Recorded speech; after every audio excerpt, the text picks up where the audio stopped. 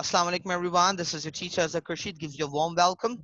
Let's resume where we have stopped our lecture. Okay, so I'm gonna start with this. On 21st June 1937, he again brought to Qadi Azam a separate federal state of Muslim provinces, formed on the lines I propose is the only way by which we can have a peaceful India and save Muslims from the rule of non-Muslims.